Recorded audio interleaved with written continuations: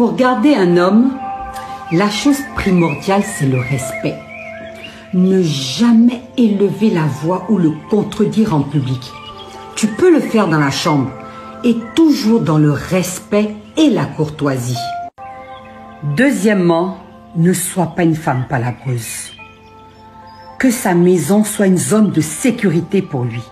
Quand il rentre, ça doit être un havre de paix avec une femme gentille, aimante et agréable. Troisièmement, prends soin de toi. Sois une femme toujours belle et sexy. Quatrièmement, sois une femme battante. Une femme qui travaille et qui l'aide financièrement dans la maison. Et cinquièmement, sois une femme qui comble tous ses désirs.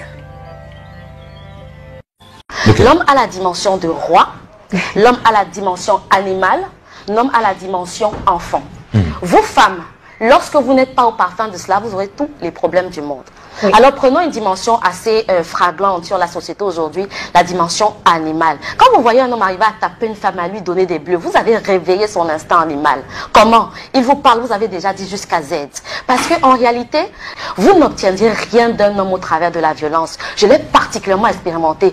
Même si vous avez raison, vous n'obtiendrez jamais rien. Si vous en prenez la violence à dire que je vais te montrer que je connais, ce que je dis est vrai. Pourquoi tu ne veux pas faire? Non. À vous y prendre comme ça, on ne peut pas. Regardez un lion. Quand il vient et qu'on lui fait aussi, qu'on lui donne l'impression qu'on est à même de pouvoir lui rugir dessus également. Oui. Comment est-ce qu'il réagit? Il réagit par la défensive. Et scientifiquement parlant, l'homme est doté d'une hormone qui, lorsqu'elle est challengée, écoutez mesdames, quand vous faites la violence avec l'homme, il ne voit plus une femme devant lui. Hein. Il voit un homme. Et quand il voit un homme, c'est quoi? C'est le choc. Tu es un homme, on se fait ça dur ensemble. Donc quand vous faites la violence, lui aussi, il se dit que, mais attends, j'ai pas une femme en face de moi là. Ouais, donc je vais réagir comme un homme. Voilà. Il y a cette hormone qui joue à ce moment. Donc, utilisez un tout petit peu de sagesse. Cette même sagesse que vous utilisez dans un autre environnement. Vous respectez les pasteurs, même quand ils vous disent les choses que vous n'admettez pas. Vous acceptez. Votre patron en entreprise vous dit des choses qui ne vous arrangent pas. Mais vous vous soumettez, vous trouvez la méthode au travers de laquelle bien lui parler. Et c'est à votre mari que vous voulez. On devient la serpillère.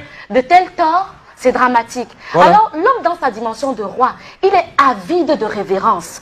Regardez, vous ne pouvez pas aller montrer à un roi que vous pouvez lui donner quelque chose. C'est de la même façon avec un homme à un certain moment. Il attend les honneurs, il attend les éloges. Et j'aime particulièrement un exemple. Il y a une histoire dans les Saintes Écritures de la reine Esther. Elle voulait obtenir quelque chose du roi. Oui. Mais elle n'est pas allée avec ses atouts de reine. Qu'est-ce qu'elle a fait? Elle a organisé un festin au roi avant de poser la demande. Qu'est-ce que tu installes comme environnement avant de poser une demande à ton mari à la maison? Je demande, tu fais comme... non. Le roi se sent bafoué, il sent sa dignité touchée. Il a quand même un royaume. Il a les Tchinda autour de lui qui le respectent. Et c'est une femme qui veut venir lui faire la loi dans son royaume, ça devient délicat.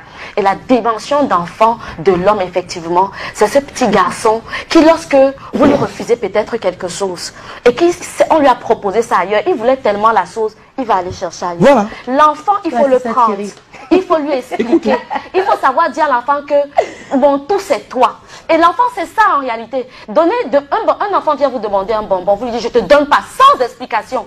Une autre personne va venir lui dire que viens prendre le bonbon. Il va aller chercher ce bonbon-là. Voilà. Et une femme qui n'a pas la notion de savoir que pour un tel climat dans la maison, il faut que je pense que à ce niveau, c'est la dimension du roi, la dimension de l'animal.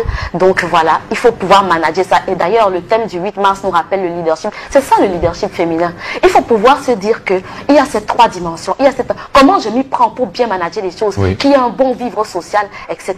C'est important de le remettre. Les femmes qui veulent que leur mari change là, changez vous-même. Vous verrez qu'il va suivre le pas. Voilà. Un petit conseil, vous savez, quand on est déjà en couple, si vous êtes en couple ou que vous êtes déjà aussi marié, laissez-moi vous dire qu'il arrive des moments dans la vie de couple où il faut choisir avoir la paix plutôt que d'avoir raison. Qu'est-ce que vous voulez réellement? Vous voulez avoir raison ou bien vous voulez être heureuse en couple? Faites la part des choses et faites le bon choix. Voilà, le message est clair. En résumé, donc mesdames, des fois, le mari peut faire une bêtise, vous demandez pardon. C'est pas parce que vous êtes faible, mais parce que vous voulez la paix. Voilà.